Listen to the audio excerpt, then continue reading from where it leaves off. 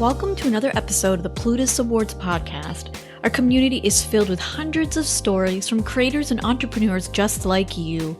And through this show, we share these stories of challenges and successes, from bloggers to podcasters to writers, speakers, and more. Today's guest is Jason Butler, owner of My Money Chronicles, a website where he discusses personal finance, side hustles, travel, and more. We talk about how he leaned into flipping thrift store items to earn side hustle money to pay down his student loan debt and use that as fodder for his blog. We also talk about why he decided to take his website more seriously in 2015 and his plans to scale this side of his business. Let's dive right into my conversation with Jason. Let's start off with your eBay selling. So did that come about as a result of your blog? Or was that because you had started before, but now you're like, okay, well, I have a blog, I'm going to chronicle it? Okay, basically, my eBay selling, I dabbed a little bit into it like in the early 2010s, but I really wasn't serious about it. Around 2016, 2017, I started to get a lot more serious with it, and things have been taking off ever since then. What do you mean by I wasn't taking it seriously, and then it's been taking off now that I am taking it seriously? Yeah, like back around like 2009, 2010, I sold a couple items on eBay to make a little bit of extra money, but I wasn't serious or even focused on my personal finances at all. In 2013, I went on a cross-country trip, and I realized the way that I could make some extra money for the trip was through eBay. So I probably sold about $200 to $300 worth of things in 2013 for that trip. Fast forward to 2015, 2016. I started getting serious about trying to pay off my debt, trying to make some extra income and some side hustle money. I tried all types of side hustles, from selling different things to freelance writing to flipping stuff. And I realized for me, flipping was the one that didn't feel like a job to me. So around late 2016, early 2017, I started to get more serious with flipping. I started to go to thrift stores at least once or twice a month to find items. And from there, it just got serious. I just started piling things up, testing out new items. And now I'm at a point where I go to thrift stores at least once a week. And I find all types of different items to flip, such as jerseys, shoes, coffee mugs, board games. And I think I got a pretty good niche with it right now. And it's making me anywhere between $800 to $1,400 a month. Dang, okay. Number one, how many hours a week would you estimate that you spend looking and listing and shipping it off? Let's see, about looking, listing, and shipping. I will say that I probably spend about 5 or 6 hours a week doing that. Majority of the hours come from searching for the stuff. So I will say probably 3 to 4 hours each Saturday at the thrift stores. And then when it comes to taking pictures and listing and stuff, all of that stuff is pretty easy because I have a system in pack. I can take pictures real fast, and I can also list things super fast too. So I would say about 6 hours a week. Right. And I'm assuming that it took you a couple months to really figure out what the system is. It definitely took me a while because at one point, I used to struggle with trying to create the descriptions and stuff like that because I thought I needed the perfect description. But with eBay, as long as you get into some details and just let people know what it is, and if an item has like an issue with it, you put that information and you're good to go. Literally, I've sold items where I put like maybe one sentence or just copy and paste the title and just put like the word new after it, and stuff sells quick. Nice. So, right, you said you took it seriously 2015, 2016. So your blog, that was started in 2016, if I'm correct? Actually, it's a funny story. The first version of my blog actually started in 2013. I rebranded in 2019 to My Money Chronicles. So about that time, I had been in eBay for a while once I actually started branding myself as My Money Chronicles. Two-part question. Why did you decide to rebrand? And number two, was the eBay content on there before the rebrand? Yeah, I start with the second question first. The eBay content was up there before because once I realized that I enjoyed selling things on eBay, that's one of my favorite topics. Like some of my best blog posts, some of the posts that get the most traffic, they're eBay related. As far as changing my brand name, the Butler Journal was the name of the first version of the site. My last name is Butler. But the thing is, I would tell people about the website, about the name, and nobody knew what the Butler Journal was about.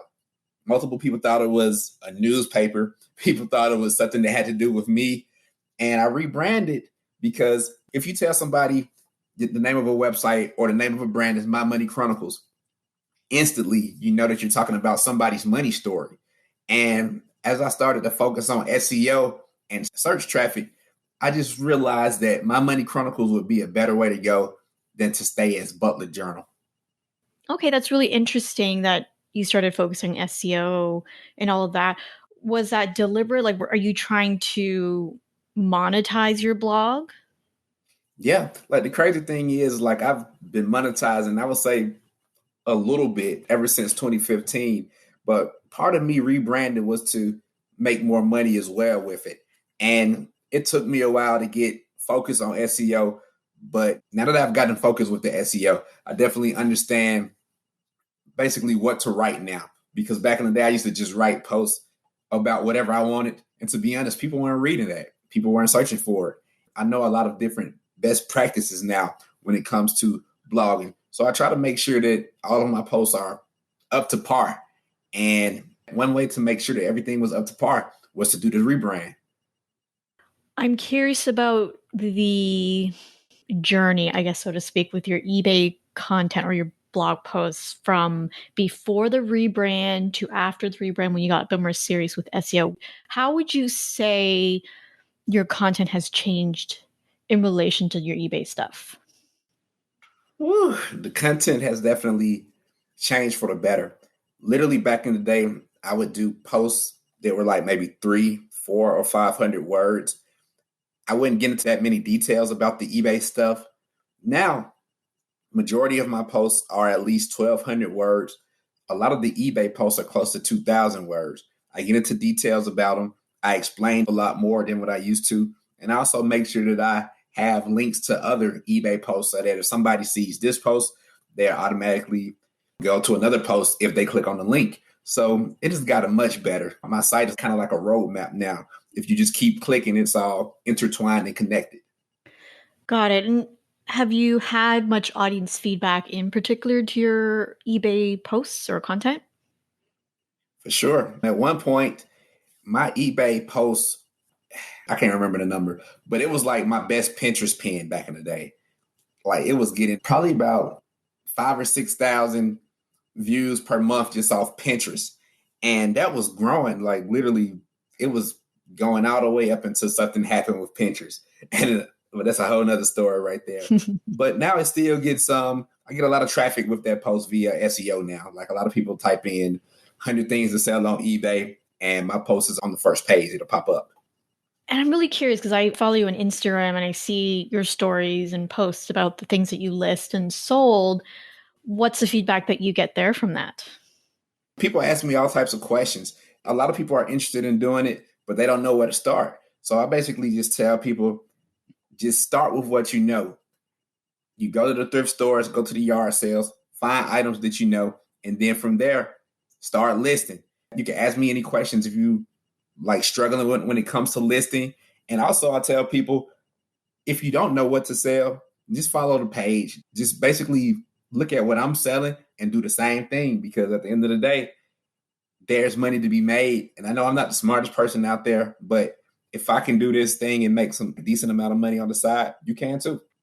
Out of curiosity, do you feel like your brand, even though it is My Money Chronicles, revolves around this eBay content? I don't think it revolves around the eBay content. I think that just plays a part of it because I sell on several different platforms such as Mercari, Poshmark, and I'm starting to get some tracks with those platforms as well. And then I also talk about like other side hustles such as selling t-shirts, and I talk about my debt story too. So I think eBay is just a part of the puzzle, if that makes sense. Yeah, no, it does. And you do talk a lot about your debt repayment journey on your website and a bit on Instagram. I'm curious in terms of even like selling on eBay and Mercari and all those things to talk about that. Like, how do you tie in both, like your journey to getting better at selling thrifted items, and then your journey to paying off debt. Yeah, basically what I do, I let people know that, okay, I'm working on trying to pay off my debt. The 9-to-5 job is not paying enough to eliminate the debt, not in the time that I want to have it paid. And I realized that there's a lot of people in the same similar situation that I am. So I suggest to people that, hey, you have to have some kind of side hustle to make this extra money, because if you can have money from your job to put toward the debt and extra money from the outside to put on the debt, you become debt free sooner. And then you basically get close to being financially free that way. And with me, I let people know a while ago that selling items online was my side hustle, like flipping things on eBay, flipping things on some of those other platforms. And I let them know each month in my debt update how much money is going towards this debt. And literally on that same post, each month I share 5 items that have recently sold. And that money is being applied to pay off the student loan debt. So you'd be surprised, like people love it. And I know for a fact, like I started a Facebook group a couple years ago. I got some people in the Facebook group doing the same thing too. Yeah, that's awesome. I love how it's motivating to others. Do you feel like there's also like a level of accountability, because you're like, oh, every month I got to post this report, or I need to go into the Facebook group and say some things? I think it's definitely some accountability to it. Not as much as I did when I first started the blog, because when I first started the blog, I set a date to be debt free, October 17th, 2018. And I failed miserably. I was nowhere near being debt free at that point. And I used to think to myself, okay, I'm putting this stuff on the blog. I got to make it happen. I got to hold myself accountable because of that. And when I failed that date, I realized, okay, it's cool to hold yourself accountable by posting stuff. But man, sometimes life just get real. You need to focus on having that plan and then learning how to generate different income. And then you can get back to being accountable 100% with what you do. So I had actually took some months off from doing a debt repayment in 2019 until I got a little bit more focused. And once I got focused and I had got a new job in July of 2019, things have pretty much been going up since, even though I lost that job in March of last year and was unemployed for a little while, but that didn't stop anything. So I'm going to air quote the fail, because I get very cheesy about the whole word about failure. But anyways, so just to recap, you had publicly said, I was going to pay this debt off by 2018. I didn't do it. Correct. And so how did you approach that from a content perspective? Were you just open? Like, what did you do? I'm an open book when it comes to my debt story. And basically, like I put it was like one of my best received posts. And basically it was called The Truth About My Debt-Free Journey, How I Failed, or something like that. And I just put my heart into it. I let people know that from 2015 to 2016, I was struggling. I didn't know what side hustle I wanted to do. I didn't know if I wanted to go full-time into eBay, because I was doing freelance writing at the time. And freelance writing was making some good money. But I realized that I hated it. It felt like a job. And my whole weekend was gone. Taking 5 or 6 hours to work on products on Saturday and Sunday each weekend, it's going to burn you out. And I didn't have the passion for writing. So I tried other side hustles and I realized eBay is for me right now. It's the one where I can go find something for $5 or $6. I can flip it for 50 or 60 bucks. And I can basically rinse, repeat, and keep doing it over and over again. So for you, I guess the criteria is it's still work, but I don't want it to feel like work, is what I'm hearing. Correct. Definitely. And do you feel like the blog is the same? Nah, because I love blogging. My thing is, like, I started this blog in 2013. The first 2 years of the blog, it sucked. I tell people this all the time. It sucked. I didn't know what I was doing. I literally tried to write in about 20 or 30 different niches that I knew nothing about. Just was testing things out. And I had a lot of failure with that. But at the end of the day, I know I keep saying the word failure a lot, but it's not really failure. It's all learning experiences. And my thing is right now, my SEO is great with the website. 55% of my traffic comes from Google searches right now. And my thing is just to take it to the next level, because I started it. I know for a fact I can get it to where it needs to be at. And for me, the next level is getting to 20,000, 30,000, 40,000, 50,000 plus views per month. And then from there, monetizing it even more and using it to help me get financial free. Because even though I don't have a problem working a 9-to-5 job, I do realize with the type of lifestyle that I want, I have to be self-employed, have to do things like for myself, my way. It sounds like you've taken all the, I don't know why I keep air quoting this, but air quote failures. And it's like a lesson where you're like, okay, this doesn't work. I don't like this. I'm going to try something else. So it does sound like that you were just experimenting and throwing spaghetti at the wall and seeing what sticks, basically. For sure. Definitely. So I want to go back to the rebrand and taking things more seriously. Were there any courses or coaches that you hired or like mentors that you sought out to help you take things to the next level? I did. I can't remember the name of the course, but I did take an SEO course a couple years ago. And other than that, I just went to SEMrush's website and Ahrefs' website and just got to it. Just started studying, researching, and just using some of their practical tools. And when I say things have been working, it has definitely been working. That's really interesting to know. I'm always very curious because there are some that invest a lot of money and they say it's well worth it. Some people go to websites and it's well worth it. And so I'm always curious about business owners' metric for success. So when you decided to take things seriously, did you have some sort of metric for success? Like, was there something you thought, okay, it will be successful if this happens? Let's see. In 2015, when I first started to take things serious, I will say that things became a success around 2015 when I started getting like more readers and when strangers started saying that they like my stuff. Now let's fast forward to 2019 success. That success basically for me means that my income is growing and literally went from making $100 per month with eBay to $200 to now anywhere between $800 to $1,400. I will say that's the success for me right now. And as far as the blog, the success is about getting more keywords to the site and getting this traffic up. Because at the end of the day, like, I'm not just doing this for a hobby anymore. Both of them are basically small businesses. And at the end of the day, you have to be generating some income. That's one. Two, I also want to be able to help people and educate people. So that's how I basically gauge success right now.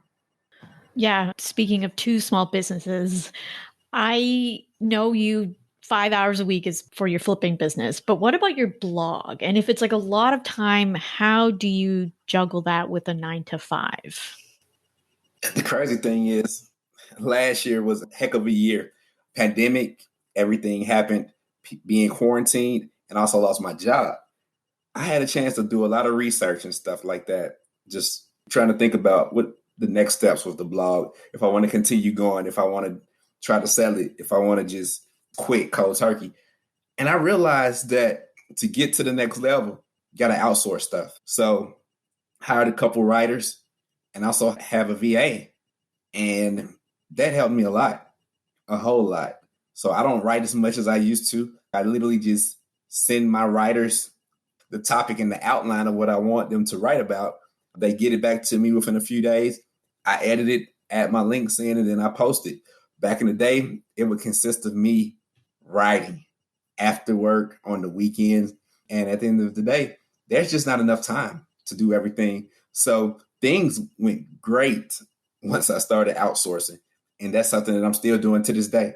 And I'm assuming you use the profits from either flipping or your blog to pay your writers and your VA? Yep. eBay. Like, the funny thing is, I was thinking about this yesterday. The money that I've paid for my writers and my VA in the last 8 to 9 months, I probably would have been closer to $40,000 worth of debt instead of being at 48 right now. But it's worth it. It's definitely worth it. Like, I wouldn't change it for nothing because there's no way I would have been able to complete my audit if I had to do it by myself. Like, I literally went in and deleted about 70 to 80 articles. And then I had to update another 150 articles. And by updating the 150 articles meant I had to do one of three things. A, do SEO research, B, add more words to the article, or C, update the image so that I can make sure that I had a nice Pinterest image for them. And I could not have did all that by myself. It just wouldn't work. Right. And so have you built a system around that like you did with your eBay stuff that it takes you way less hours to assign work? Oh yeah, for sure. Yep. Like it's super easy now. Like I have a couple of writers that I use on Fiverr. So I hit them up all the time. And as far as my VA, that's the fun part right there. It's always hard trying to find a good VA. Sometimes people get lazy because the VA that I used to use, she got super duper lazy. So I tried another lady out. That didn't work. So I'm actually on VA number 3 right now. And so far, so good. But that's the fun part right there, just making sure that you have the right person to be your VA. Because for me, I don't have a lot of work that needs to be done, but it's kind of like sporadic. So some days I may need some pins done within a week. Then may not have any work for like another week. Then the next week I may need her to do some outreach for me or something like that. That's the fun part right now with it.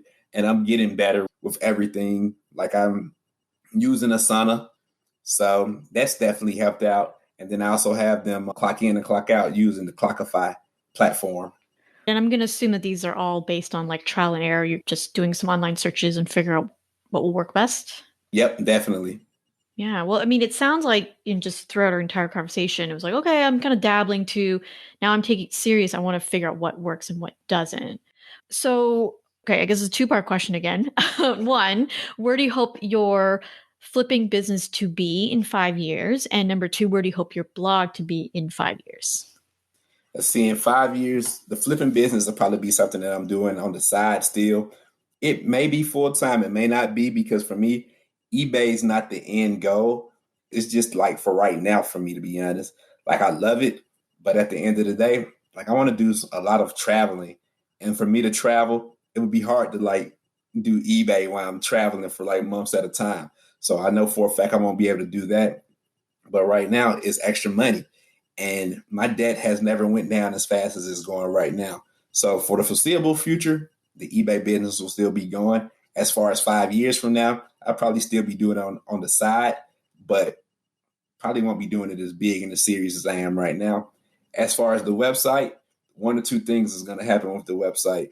It'll either be sold and I made a decent amount of money off of it and started other websites and just basically rinsed and repeated, or I'll still be running it myself and just probably putting out 2 or 3 articles per month and enjoying at least 100,000 views per month too, hopefully. So why sell it? Because the thing is, like, I love the website, but at the end of the day, I look at it as building a business. And when you build businesses, especially businesses that could be worth a decent amount of money, you can get that money. By having more money, I'll be able to help more people out. And again, like I like websites. Like I actually have a second project that I'm working on right now. If I can sell this website, eventually I can start multiple projects. And that would just help me continue to change my family tree.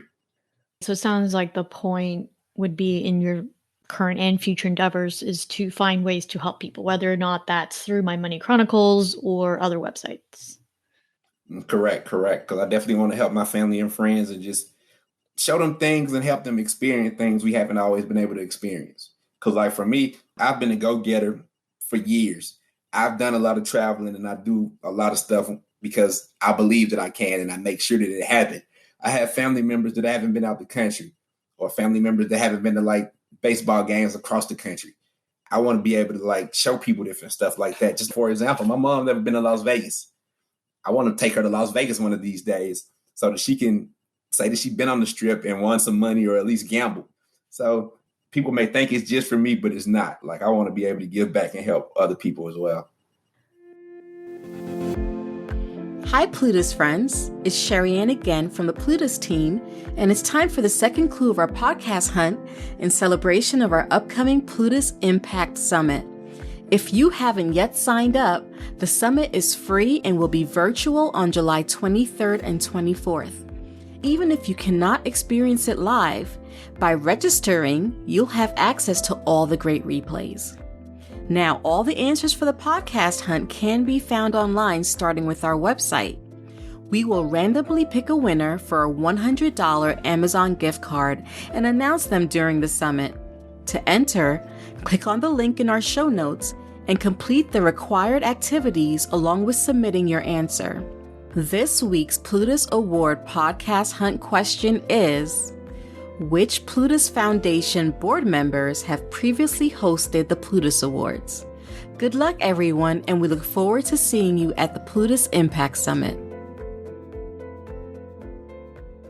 For people listening right now who are interested in taking their blog or online platform more seriously, what would you say to them? First off, you got to write those goals down. Whether it's a 3-year plan, a 5-year plan, write down the goals. Figure out what you want to do. If you're doing 8 things right now, I'm going to have to keep it real with you and let you know that you're not going to be a success. If you're spreading yourself too thin trying to do 8 things, find 2 or 3 side hustles, probably 2 that you like a lot, and focus on them.